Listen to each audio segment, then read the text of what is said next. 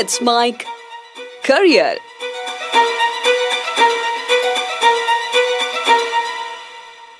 नमस्कार, let's make career में आपका स्वागत है। इस कार्यक्रम में हम डिस्कस कर रहे हैं आरपीएससी के द्वारा आयोजित किए जाने वाली परीक्षा शिक्षक ग्रेड सेकंड भर्ती परीक्षा को लेकर एक रिवीजन सीरीज। इसमें हमने राजस्थान की कला और संस्कृति की शुरुआत की थी। इस सीरीज में हम पढ़ रहे हैं कि राजस्थान के प्रमुख पर्यटन स्थल कौन कौन से हैं। इसके 2 पार्ट हमने कंप्लीट किए। राजस्थान के अलग अलग शहरों में, खासतौर से जिलों में कौन कौन से पर्यटन स्थल शामिल हैं। अब इस कड़ी में हम अगला जो शहर या जिला शामिल कर रहे हैं उसका नाम है जालौर। जालौर जिसको कहा जाता है ग्रेनाइट की नगरी। तो आज की क्लास में हम यहाँ से शुरुआत करेंगे कि जालौर में कौन कौन से पर्यटन स्थल हैं और जालौर के बाद और कौन कौन से शहर जो बचे हुए हैं जो अभी पढ़ने बाकी है। सबसे पहले जालौर में है जालौर का किला। तो यहाँ के किले और यहाँ के महल जैसे सजे हुए हैं वैसी सजावट आपको बाकी शायद कहीं देखने को मिले, यानी कि कहीं ना देखने को मिले।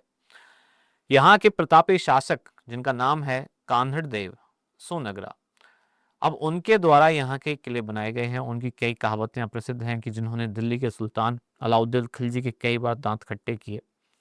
खिलजी ने कान्हड़ देव से बदला लेने के लिए कई दाव पेच चलाए। अंत में कान्हड़ देव और उनके पुत्र जिसका नाम था वीरम देव, उनकी वीरता का कायल हो गया, यानी कि उसको लगा कि बहुत ही ज्यादा वीर हैं ये लोग, यानी कि उनसे जीत नहीं पाया। उसको उनकी वीरता बहुत पसंद आई।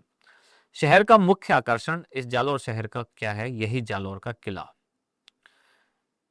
इस किले के बारे में, इसके निर्माण काल के बारे में एकदम फिक्स जानकारी नहीं है। ऐसा कहा जाता है कि ये 8वीं से 10वीं शताब्दियों के बीच में कभी इसका निर्माण करवाया गया। यह किला 336 मीटर की ऊंचाई पर है, यानी कि एक पहाड़ी है 336 मीटर ऊंची, उस पर यह किला बना हुआ है। नीचे से देखेंगे आप शहर को, यानी कि ऊपर जब इस पर चढ़ के देखेंगे तो नीचे जो शहर है पूरा एकदम सुंदर से दिखाई देता है। वैसे भी जो जो शहरों के आसपास बने हुए किले हैं उनसे शहर सुंदर दिखाई देगा ही। जैसे कि नाहरगढ़ की बात हुई तो जयपुर, ऐसे ही चित्तौड़ के किलों से बात हुई तो चित्तौड़ का शहर, और ऐसे ही यहाँ है जालौर के किले से जालौर का शहर। अगला है यहीं जालौर में सुंधा माता मंदिर, जो कि अरावली रेंज में यानी अरावली पर्वतमाला में सुंधा पर्वत के ऊपर स्थित है, इसलिए इसका नाम है सुंधा माता मंदिर। यह मंदिर समुद्र तल से लगभग 1220 मीटर की ऊंचाई पर बनाया गया है, जो कहा जाता है पूरे भारत के भक्तों के लिए बहुत पवित्र है। यहाँ चामुंडा देवी की एक प्रतिमा है और इसके ऊपर सफेद संगमरमर के बने हुए कई खंबे हैं, जो कि माउंट आबू के दिलवारा मंदिर की याद दिलाते हैं कि जैसे वहां है वैसे ही यहाँ है। अब इस मंदिर में कुछ ऐतिहासिक शिलालेख भी लिखे हुए हैं। इसके बाद है अगला मलिक शाह की मस्जिद। अलाउद्दीन खिलजी ने अपने शासन में ये जालौर में कई बार आक्रमण किया। बगदाद के सुल्तान मलिक शाह के सम्मान में यह मस्जिद बनवाई गई थी, मलिक शाह की मस्जिद। और यह मस्जिद अपनी स्थापत्य कला के लिए प्रसिद्ध है, क्योंकि इसकी बनावट जो है वो गुजरात के भवनों से काफी ज्यादा मिलती जुलती है, यानी कि उससे प्रभावित है। ये बात हुई जालौर के कुछ प्रसिद्ध पर्यटन स्थलों की। अब इसमें जो अगला शहर है वो है झालावाड़। अब हम देखने वाले हैं कि झालावाड़ के कौन कौन से प्रसिद्ध पर्यटन स्थल हैं। इनमें सबसे पहला है गागरोन का किला। कल भी हमने पढ़ा था गागरोन का किला। गागरोन का किला जो कि जल दुर्ग के श्रेणी में आता है, क्योंकि ये नदियों के बीच में स्थित है, नदियों के संगम पर स्थित है, इसलिए कहा जाता है जल दुर्ग। यहाँ के शासक जिनका नाम है अचलदास खींची, उन्होंने जब मालवा के शासक होशंग शाह उससे आक्रमण किया तो उससे हार गए थे। तो यहाँ की राजपूत महिलाओं ने खुद को दुश्मनों से बचाने के लिए जौहर कर लिया, जल जौहर कर लिया पानी में कूद कर। यूनेस्को की विश्व धरोहर सूची में शामिल है। 6 पहाड़ी किलों में से ये एक है। तो ये पहाड़ी है और जल किले का प्रतीक गागरोन किला राजस्थान की शान है। कैसे? जल दुर्ग में ये सबसे प्रमुख दुर्ग है। कौन कौन सी नदियों से घिरा हुआ है? ये है आहू और काली सिंध। अब इस किले की भव्यता सुंदरता काफी महत्वपूर्ण है ही। किले के बाहर सूफी संत जिनका नाम है मिट्टे शाह, उनकी एक मकबरा यहाँ बना हुआ है। मुहर्रम के महीने में वार्षिक मेले का यहाँ आयोजन होता है और गागरोन किले का निर्माण बीजल देव ने 12वीं शताब्दी में कराया। 3 नदियों का संगम यहाँ देखने के लिए पर्यटक आते हैं और ऐसा लगता है जैसे कि नदियों के बीच में किला स्थित है। यही इसकी सुंदरता का सबसे बड़ा एक केंद्र है, आकर्षण का सबसे बड़ा केंद्र यही है।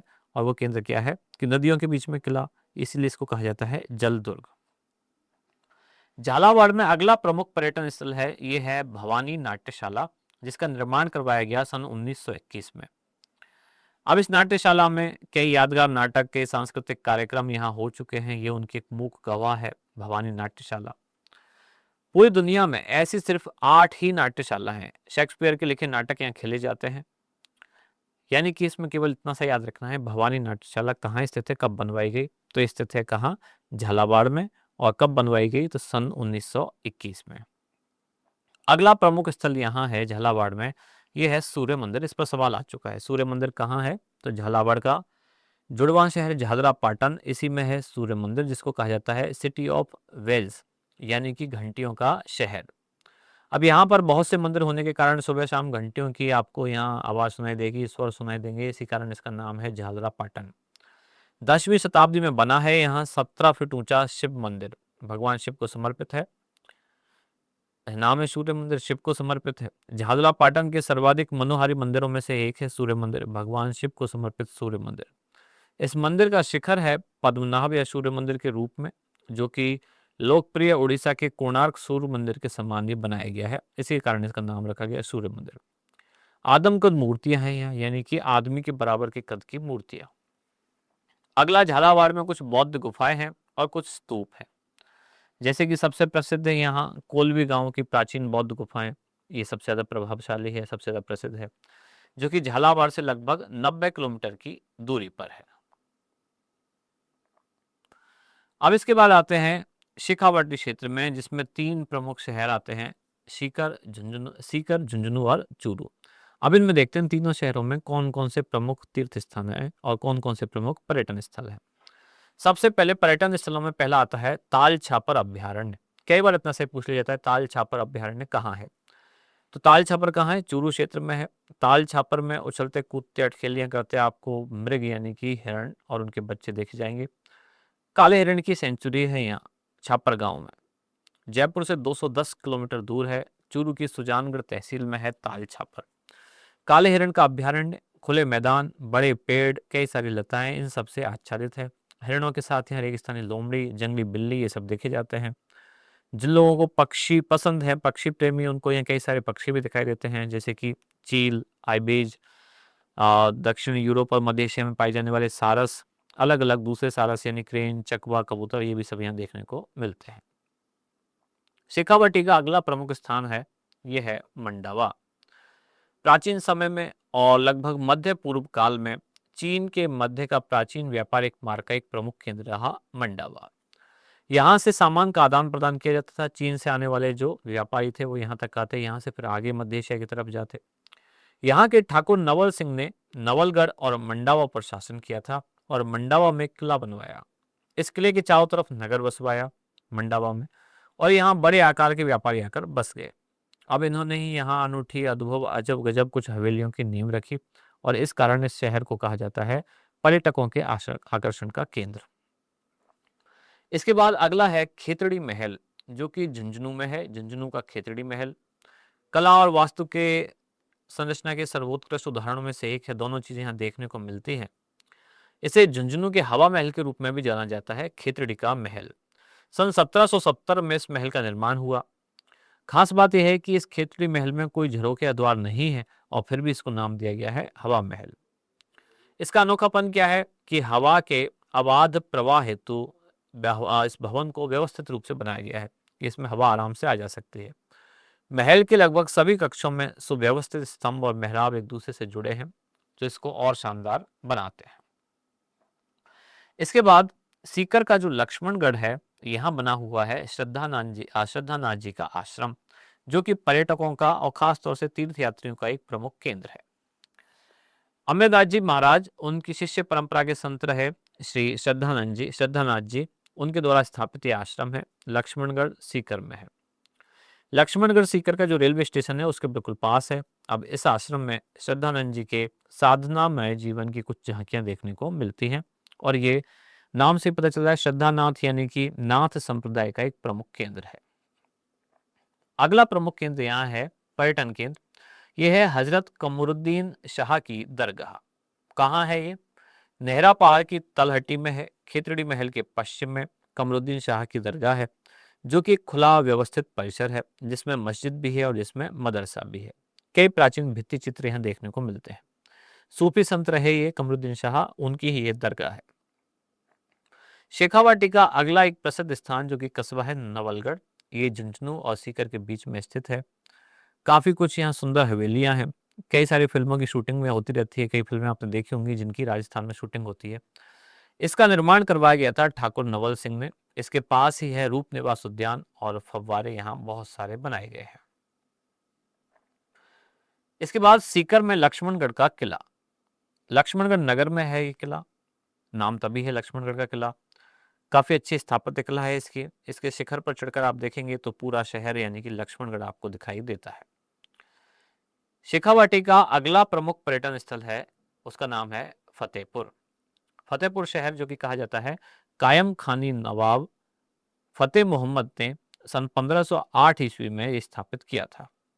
1516 ईस्वी में ये फतेहपुर के किले का निर्माण करवाया गया। यह शहर एक समय सीकर की राजधानी के रूप में भी जाना जाता था, इस क्षेत्र के रूप में।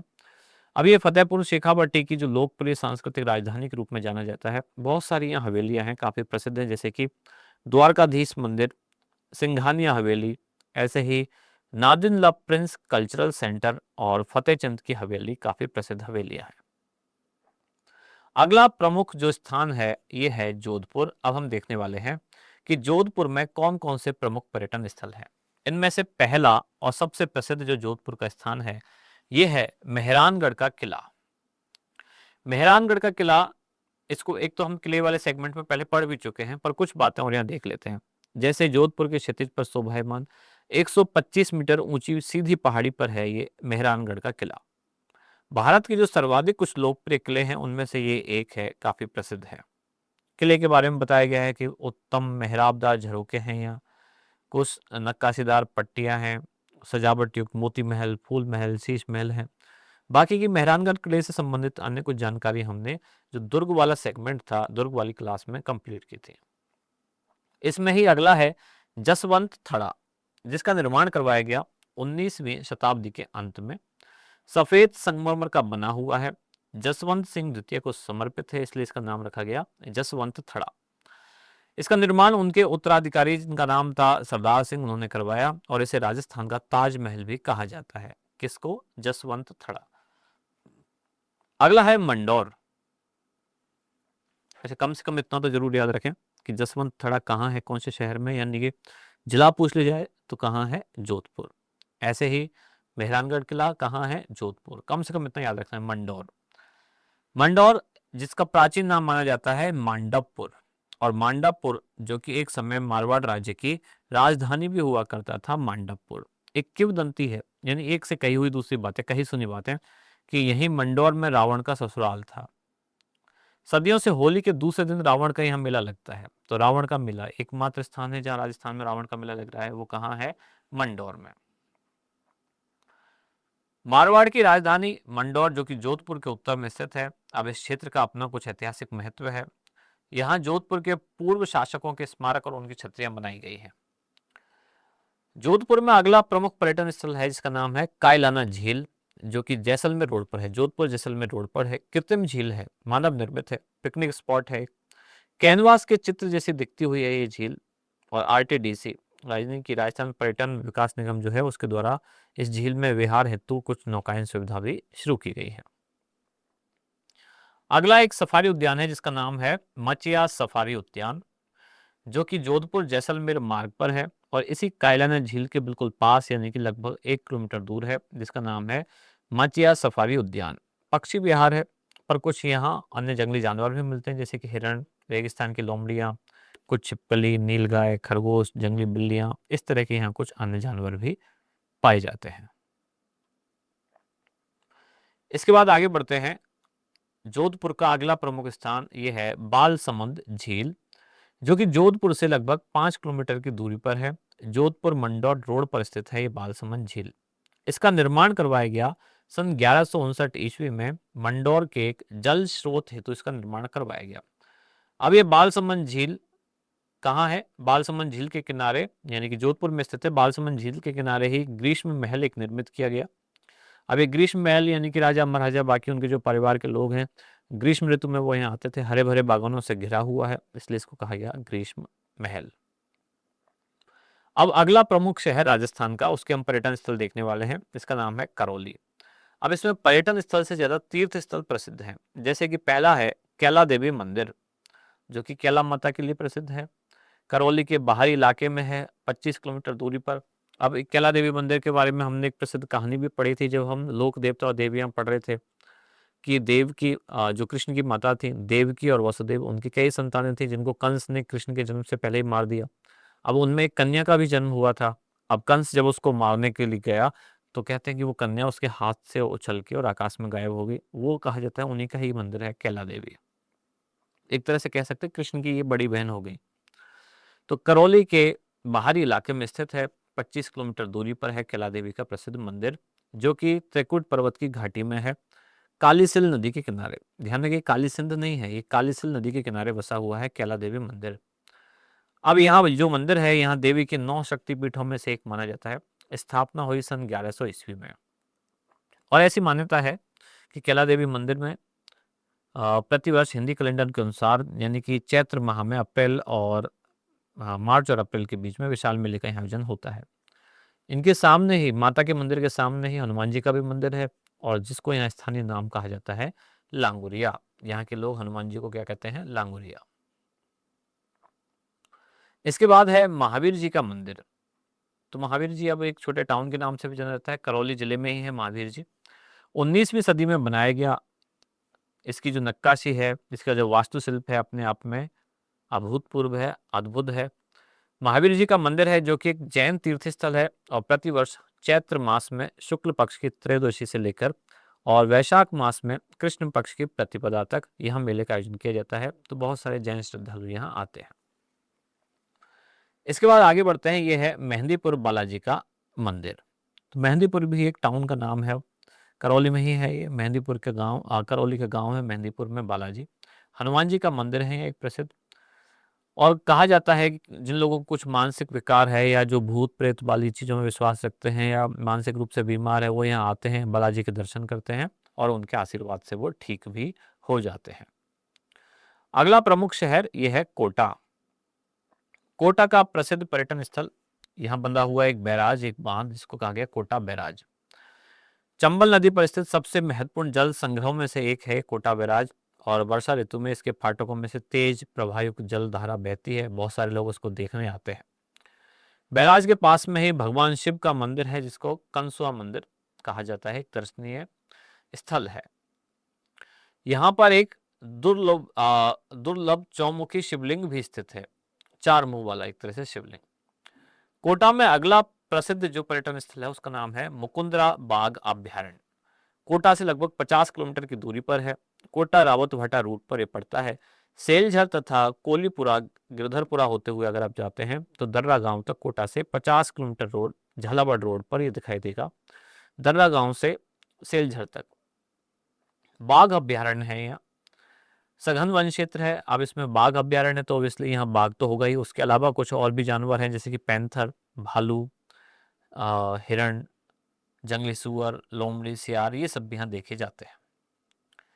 इसके बाद अगला प्रमुख पर्यटन स्थल है जग मंदिर महल, जिसका निर्माण करवाया कोटा के महाराजा तुर्जनसाल सिंह ने। उनकी महारानी और उदयपुर की राजकुमारी ब्रज कंवर जी ने इस कृत्रिम जलाशय का निर्माण किया। अगर इतना ही पूछा जाए ये जग मंदिर महल कहाँ है, तो ध्यान रखना कहाँ है, कोटा में। निर्माण हुआ सन 1743 से लेकर 1745 के बीच में। किशोर सागर, जो कि कोटा शहर के मध्य स्थित है, और यहाँ पर पर्यटकों के लिए कई सारे कुछ एडवेंचरस, कुछ उनके मनोरंजन की एक्टिविटी कराई जाती हैं, जैसे कि power motor boat, jack ski. बच्चों के लिए भी कुछ खेलकूद के यहाँ कार्यक्रम किए जाते हैं। इसके बाद अगला है अभेड़ा महल। पूछा जा चुका है एक बार, अभेड़ा महल कहाँ है? अभेड़ा, तो ये कोटा में है। निर्माण हुआ 18वीं शताब्दी में, और यह महल शाही आरामगाह की दृष्टि से महत्वपूर्ण माना जाता है। कोटा से 8 किलोमीटर की दूरी पर है। शाही आरामगाह यानी कि जो राज परिवार के लोग थे, यहाँ जाकर आराम करते थे, बैठते थे, शिकार वगैरह खेलने के बाद जाके आराम करते थे। इसमें राजकुमारी धीर दे द्वारा पानी का कृत्रिम जलाशय निर्मित करवाया गया, ताकि ज़्यादा से ज़्यादा लोगों को पानी उपलब्ध हो सके, और इससे यहाँ वन्य जीव और पशु पक्षी भी आकर्षित हुए। महाराजा उम्मेद सिंह द्वितीय के शासनकाल में अब इस जलाशय में मगरमच्छ की कई प्रजातियों को पाला गया। अभेड़ा का तालाब इसके कारण और ज्यादा प्रसिद्ध हुआ। अगला शहर जिसके हम पर्यटन स्थल देखने वाले हैं, उसका नाम है नागौर। नागौर में सबसे पहले लाडनू। अब यहाँ किस लिए प्रसिद्ध है? यहाँ की बनी हुई साड़ियाँ काफी प्रसिद्ध हैं। कॉटन की साड़ियों में बेहतरीन किस्म मानी जाती है लाडनू की साड़ियाँ। चटक रंग इनका, चमकीला रंग है, मुलायम कपड़े के लिए पसंद की जाती है। साथ ही जैन धर्म का भी एक महत्वपूर्ण केंद्र है लाडनू।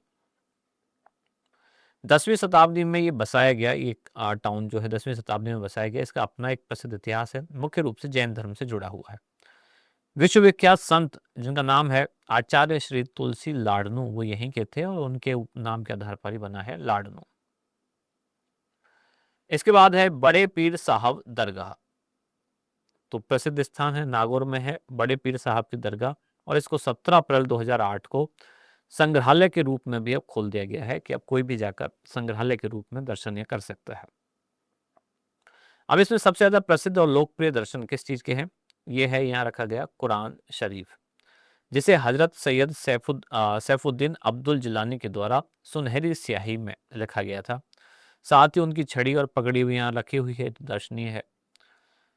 यहाँ कुछ भारतीय सिक्के रखे हुए हैं जो कि सन 1805 के हैं। अब्राहम लिंकन की छवि के साथ अमेरिका के सिक्के भी यहाँ पर रखे हुए हैं, जिसका नाम है बड़े पीर साहब की दरगाह, जो कहाँ है? नागौर में। इसके बाद अगला प्रमुख स्थान है नागौर में, यह है झोरडा। नागौर तहसील में स्थित छोटा सा गांव, जो कि सूफी संत बाबा हरिराम की जन्मस्थली है, इस कारण ये प्रसिद्ध है। और यहाँ प्रत्येक वर्ष भाद्रपद महीने की चतुर्थी और पंचमी के अवसर पर झोरडा में लगभग 1 से 2 लाख श्रद्धालु आते हैं, यानी कि मेले का आयोजन किया जाता है। दिल्ली, हरियाणा, पंजाब, राजस्थान, यहाँ सभी जगह के लोग आते हैं और एक बड़े मेले का आयोजन होता है। इसके बाद अगला प्रमुख स्थान यह है पाली। पाली किस काम के लिए प्रसिद्ध है, यानी किस स्थल के लिए सबसे ज्यादा प्रसिद्ध है? तो यह है रणकपुर के जैन मंदिर, जिनका निर्माण जैन व्यापारियों ने करवाया। 15वीं शताब्दी में रणकपुर जैन मंदिर बनवाया गया, जो कि भगवान आदिनाथ को समर्पित है। राणा कुंभा ने इन मंदिरों के निर्माण को प्रोत्साहन दिया और इसके बारे में बात बताई गई है। ये अनेक मंदिरों का परिसर है, ये कोई एक मंदिर नहीं है, यहाँ कई सारे मंदिर एक साथ बनाए गए हैं। दूसरा जो पाली में प्रसिद्ध स्थान है, इसका नाम है जवाई बांध, जो बनाया गया लूनी की सहायक नदी, जिसका नाम है जवाई, उस पर स्थित है जवाई बांध। जोधपुर के महाराजा उमेद सिंह ने इसका निर्माण करवाया। यह पश्चिमी राजस्थान का सबसे बड़ा बांध माना जाता है, जो कि जोधपुर शहर और आस पड़ोस के गांवों के लिए भी पीने का पानी का एक प्रमुख स्रोत है। इसके बाद अगले शहर की तरफ आगे बढ़ते हैं। पश्चिमी राजस्थान का एक शहर है जिसका नाम है बीकानेर। बीकानेर किस लिए प्रसिद्ध है? सबसे ज्यादा तो करणी माता का मंदिर देशनोक में है। पहले भी इसको एक बार देख चुके हैं, हम पढ़ चुके हैं। तो जब लोक देवता देवियाँ पढ़े थे तो यहाँ करणी माता भी हमने पढ़ी थी, उनका यहाँ मंदिर है देशनोक में। ये चूहों वाली माता के लिए भी प्रसिद्ध है, इसको टेम्पल ऑफ रेड्स भी कहते हैं। अब एक कहावत है इसके लिए, किंवदंती है, कहानी चलती है कि करणी माता के सौतेले बेटे लक्ष्मण की एक तालाब में डूबने से मृत्यु हो गई थी और करणी माता ने यमराज से उन्हें जीवित करने के लिए प्रार्थना की। जब यमराज ने मना कर दिया, लेकिन एक शर्त पर मान गए। किस शर्त पर मान गए? कि लक्ष्मण और करणी माता के सभी वंशज चूहे के रूप में जिंदा रहेंगे। अब ये जो चूहे माने जाते हैं उस मंदिर में, वो कहे जाते हैं कि उन्हीं के ही वंशज हैं। तो हजारों चूहों को पवित्र मानकर मंदिर में भक्त लोग लड्डू और दूध से बड़ी कई पराते चढ़ाते हैं, चूहे खाते पीते हैं। उन्हीं को ही माना जाता है कि करणी माता और उनके ही यहाँ ये वंशज हैं।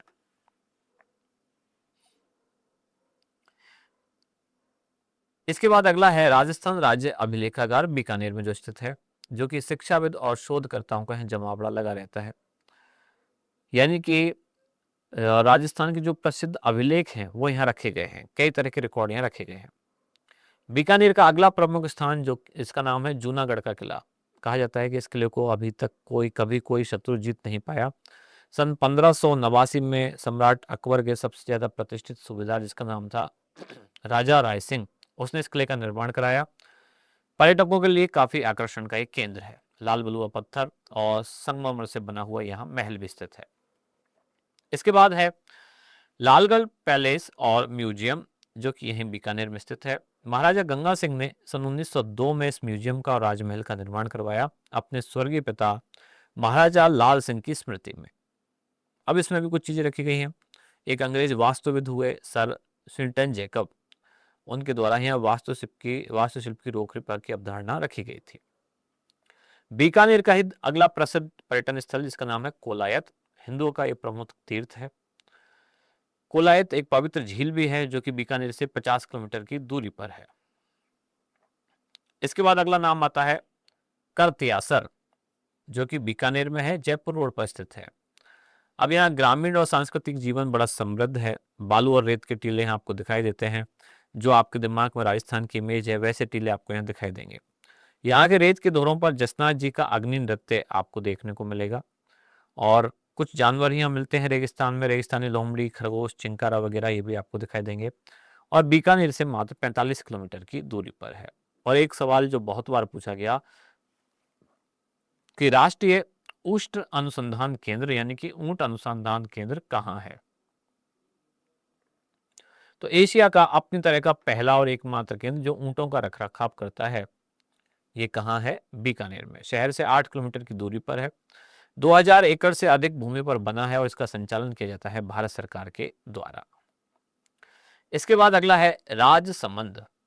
अब राजसमंद जिले में जो प्रमुख पर्यटन स्थल हैं उनमें सबसे ऊपर आता है कुंभलगढ़ का किला। पहले भी हम इसको पढ़ चुके हैं कि जो मेवाड़ के राज परिवार थे, संकट के समय में ये उनकी शरण स्थली रहा, कुंभलगढ़ का किला। उदयपुर से उत्तर पूर्व की तरफ है, उत्तर की तरफ है, लगभग 84 किलोमीटर दूरी पर है, जंगलों के बीच में बना हुआ। पहले हम इसको पढ़ चुके हैं इसलिए बहुत ज्यादा रिपीट नहीं करेंगे, बस इतना ध्यान रखना कि ये माना जाता है मेवाड़ राजवंश के संकट की शरण स्थली था कुंभलगढ़ का किला। कुंभलगढ़ के पास ही है राजसमंद झील, इसके नाम पर शहर का नाम है एक तरह से। तो विश्व युद्ध के दौरान राजसमंद झील को लगभग 6 वर्षों तक इंपीरियल एयरवेज के द्वारा समुद्री विमान आधार के रूप में उपयोग लिया गया था। और राजसमंद झील को राजस्थान में सबसे पुराने राहत कार्यों में से एक माना जाता है। इस कार्य के लिए लगभग 40 लाख रुपए उस समय खर्च किए गए थे और इस झील की परिधि लगभग 22.5 स्क्वायर किलोमीटर की गहराई में और 30 फीट की गहराई में। परिधि है लगभग 22.5 स्क्वायर किलोमीटर, गहराई है 30 फीट। कुल जलग्रहण जो क्षेत्र है इस तालाब का ये है 524 स्क्वायर किलोमीटर। अब सन 2000 में सूखा पड़ने के कारण इसकी एक विशाल घाटी सूखी पपड़ी और उसमें कीचड़ आपको दिखाई देने लगी है। राजसमंद में ही अगला प्रमुख स्थान ये है हल्दी घाटी। राजस्थान के सबसे प्रमुख तीर्थ स्थानों में से एक है हल्दी घाटी, जहां मेवाड़ के महाराणा प्रताप और अकबर के बीच में युद्ध हुआ। अकबर का सेनापति मान सिंह अकबर की तरफ से लड़ रहा था। उदयपुर से 40 किलोमीटर की दूरी पर है। घाटी की मिट्टी हल्दी के समान रंग में पीली दिखाई देती है, इसलिए इसको कहा जाता है हल्दी घाटी। सन 1576 में यह युद्ध हुआ महाराणा प्रताप और अकबर के सेनापति मान सिंह के बीच में, जिसको कहा गया हल्दी घाटी का प्रसिद्ध युद्ध। और इसके पास ही हल्दी घाटी के पास बलीचा में महाराणा प्रताप के घोड़े चेतक की भी समाधि स्थित है। अब नंबर आता है सवाई माधोपुर। यहाँ का सबसे फेमस है रणथंभौर का किला, जिसको हम पहले देख चुके हैं किले वाले सेगमेंट में। रणथंभौर का किला, खानवा युद्ध में घायल राणा सांगा को भी इलाज के लिए इस दुर्ग में लाया गया था। इसके बारे में कुछ उल्लेखनीय बातें हैं, जैसे कि निर्माण चौहान शासकों द्वारा 10वीं-11वीं शताब्दी में करवाया गया। इसका निर्माण करवाया चौहान शासक जिनका नाम था रणथंभन देव, इसलिए इसको रणथंभौर भी कहा जाता है। इसके बाद अगला शहर आता है सिरोही। सिरोही में सबसे ज्यादा प्रसिद्ध है पहाड़ी क्षेत्र, पर्वतीय क्षेत्र, उसमें है गुरु शिखर। राजस्थान में एक हिल स्टेशन अगर कोई अच्छा है तो वो यही है, कहाँ? माउंट आबू, सिरोही में। अरावली की पहाड़ियों पर है गुरु शिखर। 1722 मीटर समुद्र तल से इसकी ऊंचाई है। यानी जिनको हिल स्टेशन देखने जाना है राजस्थान में वो यही जाते हैं, माउंट आबू, सिरोही। इसके बाद सिरोही में अगला है दिलवाड़ा का जैन मंदिर। एक हमने देखे अभी पाली में रणकपुर के जैन मंदिर, ऐसे ही सिरोही में है दिलवाड़ा के जैन मंदिर। इनका निर्माण करवाया गया 12वीं से 13वीं शताब्दी में। अब इसमें इसकी छतें, इसके मेहराब और इसके खंबे जो इसकी कारीगरी के लिए प्रसिद्ध है। सिरोही जिले में ही अगला प्रसिद्ध पर्यटन स्थल है जिसका नाम है नक्की झील। माउंट आबू पर स्थित है नक्की झील। इसके बारे में कहा जाता है कि देवताओं ने अपने नाखूनों से खोद के बनाई, नाखून यानी नख, इसलिए इसका नाम पड़ा नक्की झील, जिसकी गहराई है लगभग 80 फुट। सन 1948 में महात्मा गांधी के अस्थियों का कुछ अंश भी यहाँ प्रवाहित किया गया और इस कारण वहां गांधी घाट का भी निर्माण करवाया गया है। अब आते हैं अगला स्थान टोंक। टोंक में प्रसिद्ध स्थल बीसलपुर बांध, जो कि जयपुर के लिए भी, टोंक के लिए भी और आसपास के क्षेत्र अजमेर के लिए भी पेयजल पानी की ये यहाँ से सप्लाई करता है। राजस्थान कि टोंक के देवली कस्बे के पास ये बांध बनाया गया है। बीसलपुर बांध निर्माण हुआ 1999 में पूरा हुआ। सुनहरी कोठी टोंक में ही, जो कि पर्यटकों के आकर्षण का मुख्य केंद्र है, 19वीं शताब्दी में बनाई गई। इसी को कहा जाता है सुनहरी कोठी या फिर गोल्डन मेंशन। इसके बाद ऐसा ही मंदिर है डिग्गी कल्याण जी मंदिर। ये हमने लोक देवताओं में पढ़ा था। डिग्गी कल्याण जी जो लगभग 5600 वर्ष पुराना ये मंदिर है। डिग्गी कल्याण जी ये विष्णु जी के अवतार माने जाते हैं। डिग्गी का कल्याण जी मंदिर है, विष्णु जी के अवतार माने जाते हैं कल्याण जी। फिर है राजस्थान का अन्न भंडार, जिसको कहा जाता है श्री गंगानगर, क्योंकि यहाँ अनाज का उत्पादन बहुत ज्यादा होता है। अब इसमें दर्शनीय स्थान एक है बुड्ढा जोहर गुरुद्वारा, निर्माण हुआ 1954 में। निर्माणकर्ता कौन है? बाबा फतेह सिंह, उनके द्वारा निर्माण करवाया गया। ऐसे ही हिंदू मलकोट सीमा, जो कि भारत पाकिस्तान की लंबी लगती सीमा है, पर्यटकों के लिए आकर्षण का केंद्र है, पर्यटक यहाँ आते हैं। फिर आता है राजस्थान का एक प्रमुख पर्यटन स्थल, इसका नाम है उदयपुर, जिसको कहा जाता है झीलों की नगरी। अब यहाँ झीलों के नाम ही पूछे जाते हैं। एक है पिछोला झील, तो कहाँ है ये? उदयपुर में, पिछौली गांव के पास है, इस कारण इसको कहा जाता है पिछोला झील। अब इसमें कौन कौन से प्रमुख पर्यटन स्थल हैं? जग निवास और जग मंदिर द्वीप हैं इस पर स्थित। झील के पूर्वी किनारे पर सिटी पैलेस है। दूसरी झील है फतेह सागर झील। ऐसे ही यहाँ और एक प्रसिद्ध स्थल है, उसका नाम है सहेलियों की बाड़ी। फतेह सागर झील में ही उदयपुर की सौर वेधशाला भी है। इसे पहले एक कनॉट बांध भी कहा जाता था, क्योंकि इसका उद्घाटन किया गया था ड्यूक ऑफ कनॉट के द्वारा। अब इसको कहा जाता है फतेह सागर झील। सहेलियों की बाड़ी ये भी उदयपुर में स्थित है। महाराणा संग्राम सिंह द्वितीय के द्वारा निर्माण करवाया गया बगीचे के रूप में। फिर है भारतीय लोक कला मंडल, जो कि राजस्थान, गुजरात और मध्य प्रदेश की संस्कृति, त्योहारों से संबंधित लोकगीत यहाँ गाए जाते हैं, उनका स्थल है भारतीय लोक कला मंडल। और फिर इसके बाद है नागदा, जो कि 6ठी शताब्दी के अंश को समाहित किए हुए है, उदयपुर से 22 किलोमीटर दूरी पर स्थित है। यहाँ पर एक गांव बसा हुआ है नागदा, और इसी नागदा गांव में एक मंदिर है जिसको कहा जाता है सहस्त्रबाहु मंदिर। इसी को सास बहु मंदिर के नाम से भी जाना जाता है। तो सास बहु मंदिर या सहस्त्रबाहु मंदिर कहाँ है? उदयपुर के नागदा में। तो इस तरह से समाप्त हुए इसी के साथ, नागदा के साथ, राजस्थान के प्रमुख पर्यटन स्थल। प्रमुख पर्यटन स्थलों में हमने जैसे कि वन, राष्ट्रीय उद्यान या वन्यजीव अभ्यारण्य ये भी देखे। इनमें हमने तीर्थ स्थान भी देखे। इनमें हमने किले, महल, हवेली, बावड़ियाँ ये सब देखी। और इनसे घूम फिरकर बार बार एक सवाल पूछ ही लिया जाता है। तो अंत में चलते चलते आपको एक रीडिंग इसको भी करके जाना चाहिए, राजस्थान के प्रसिद्ध पर्यटन स्थल। इस क्लास में इतना ही। इस तरह के अन्य कार्यक्रम के लिए जुड़े रहिए लेट्स माइक के साथ। धन्यवाद। आप सुन रहे थे let's mic more than radio. Follow कीजिए हमें हमारे सोशल मीडिया प्लेटफॉर्म्स पर। It's time for news.